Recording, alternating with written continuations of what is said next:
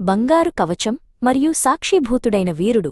ఒకానొక కాలంలో అభిమాన్ అనే ఒక గొప్ప వీరుడు ఉండేవాడు. అతని శౌర్య పరాక్రమాలకు మెచ్చిన మహారాజు యుద్ధజిత్తు అతనికి ఒక అద్భుతమైన బంగారు కవచాన్ని బహుమతిగా ఇచ్చాడు. ఆ కవచం సూర్యకాంతిలో మెరిసిపోతూ అందరినీ ఆకట్టుకునేది. ఆ కవచం ఎంత అందంగా ఉందంటే అభిమాన్ దానిపై విపరీతమైన మమకారం పెంచుకున్నాడు. ఎప్పుడూ దాన్ని ధరించే ఉండేవాడు.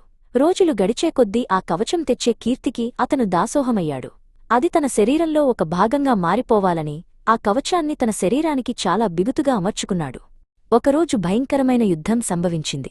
అభిమాన్ రణరంగంలో శత్రువులతో పోరాడుతుండగా అతనికి తీవ్రమైన గాయమైంది. ఆ కవచం అతన్ని రక్షించినప్పటికీ శత్రువుల దెబ్బలకు అది నలిగిపోయి అతని శరీరానికి మరింతగా అతుక్కుపోయింది. యుద్ధం ముగిసిన తర్వాత వైద్యులు అభిమాన్కు చికిత్స చేయడానికి వచ్చారు. కాని ఒక పెద్ద సమస్య ఎదురైంది. ఆ కవచం ఎంత బిగుతుగా ఉందంటే దాన్ని తీయడానికి ప్రయత్నిస్తే అభిమాన్కు భరించలేని నొప్పి కలగసాగింది. అతను ఎంతగానో ప్రేమించిన ఆ కవచమే ఇప్పుడు అతనికి నరకంలా మారింది. అభిమాన్ నొప్పితో విలవిలలాడుతుంటే మరో వైద్యుడు కూడా అతనికి సహాయం చేయడానికి ముందుకు వచ్చాడు. కాని కవచం బిగుతువల్ల రక్తప్రసరణ ఆగిపోతోంది. ఆ నొప్పితో అతని మనస్సు మరియు ఇంద్రియాలు పూర్తిగా చలించిపోయాయి. దేహం పట్ల ఉన్న మమకారం అతన్ని మరింత కుంగదీసింది.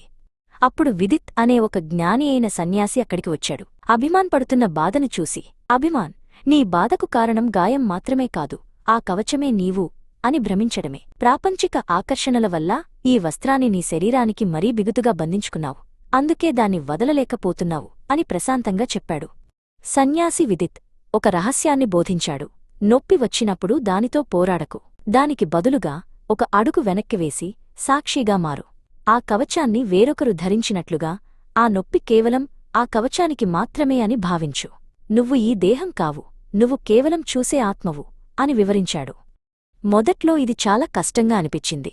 కాని అభిమాన్ రాత్రింబవళ్లూ ఆ దేహాభిమానాన్ని వదిలే అభ్యాసం చేశాడు. ఒకరోజు రాత్రి విపరీతమైన నొప్పి వచ్చినప్పుడు అభిమాన్ ఆ నొప్పిలో మునిగిపోకుండా విదిత్ చెప్పినట్లే తన మనస్సును శరీరం నుండి వేరుచేశాడు.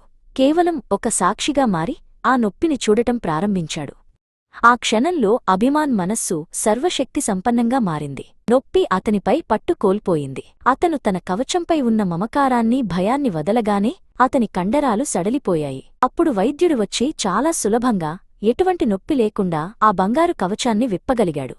అభిమాన్ త్వరగా కోలుకున్నాడు. దేహము అనే వస్త్రాన్ని ఎలా వదులుగా ధరించాలో, అవసరమైనప్పుడు క్షణంలో దాని నుండి ఎలా అతీతంగా మారాలో అతను తెలుసుకున్నాడు. అతను కృతిన్ అనే శిష్యుడికి మరియు ఇతరులకు సాక్షీస్థితి ద్వారా ఆత్మను ఎలా శక్తివంతం చేసుకోవాలో నేర్పించే గొప్ప గురువుగా మారాడు.